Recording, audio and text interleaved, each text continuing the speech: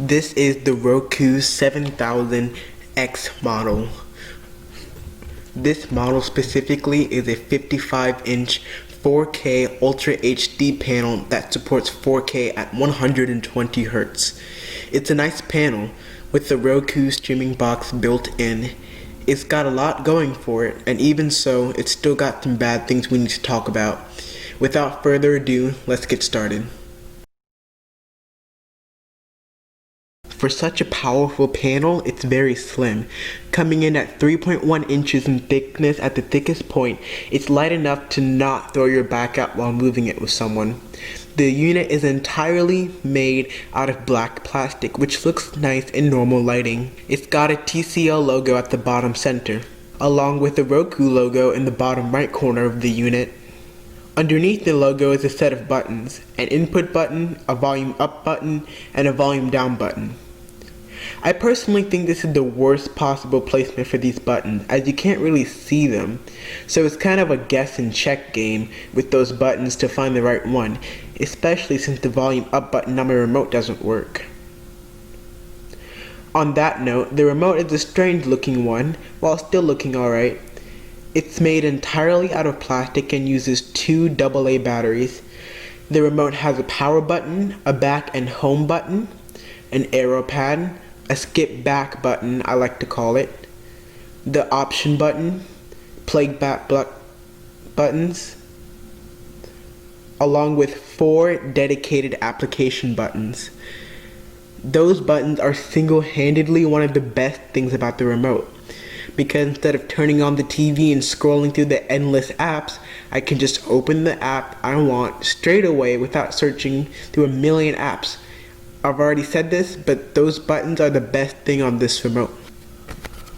On this side of the remote, you've got a volume up and a volume down button, along with a mute button.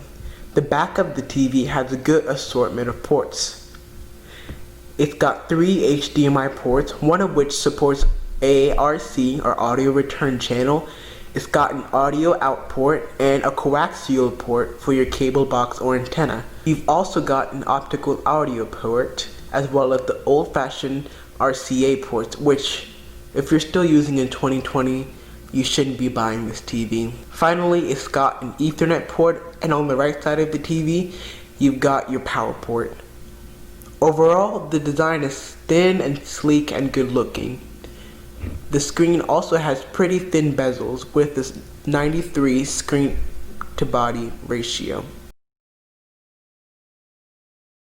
This panel is a 55-inch 4K panel with support for HDR10.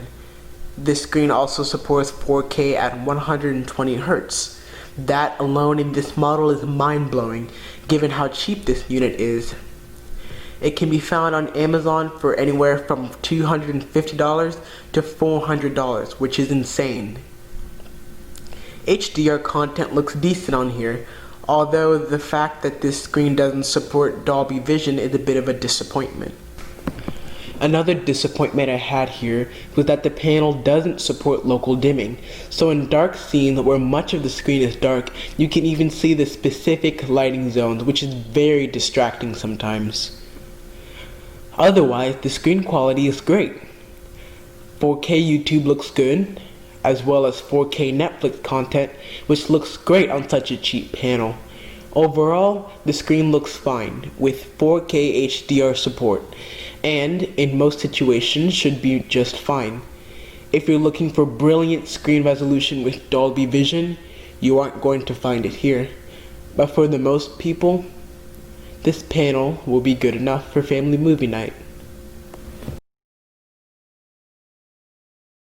This Roku TV works really well, and with Roku version 9.2.0, it's the best it's going to be.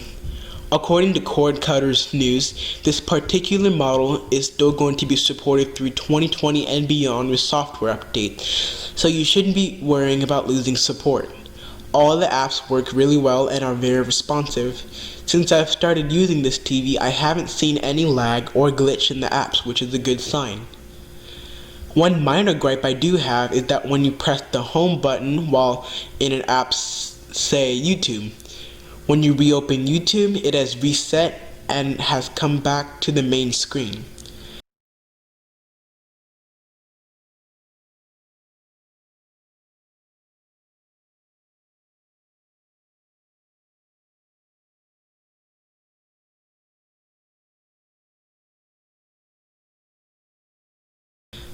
It's a little bit annoying, so sometimes I just use my Fire Stick instead, as it can hold an app or two in memory. This TV also has 802.11ac Wi-Fi, meaning that it supports both 2.4 GHz and 5 GHz Wi-Fi. With those standards in mind, you shouldn't have any issues streaming or downloading apps on your TV. If you want an even faster connection, the included Ethernet port on the back of the unit should help you have even faster streaming and downloading speeds.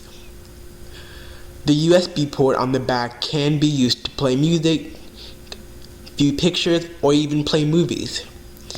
It can also be used to run a streaming stick. For example, I use my Fire TV stick off that port. The interface is simple enough to use. When you turn the TV on, you are greeted with the home screen, which has all of your apps. On the side, you have Featured Free, Latest News, My Feed, Movie Store by Fandango, TV Store by Fandango, Search, Streaming Channels, and Settings. It's relatively simple and easy to use. The TV also supports Amazon Alexa and Google Assistant for remote voice control, as well as a Roku app on the App Store or Play Store that can remotely control the TV. The TV also supports screen mirroring, and in our testing it works very well.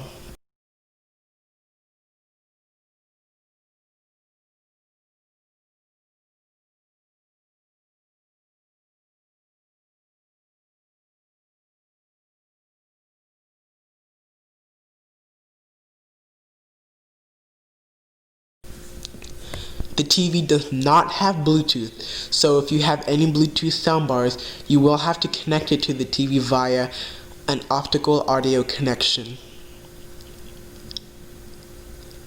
The audio is arguably the worst thing about the TV. It can sound tinny and has little to no bass. It is fine for dramatic music in your favorite TV shows, and it sounds fine with dialogue. But if you play music often on your smart TV, I strongly recommend purchasing an additional surround sound system or audio bar. Overall, this TV is a very good buy if you're on a tight budget.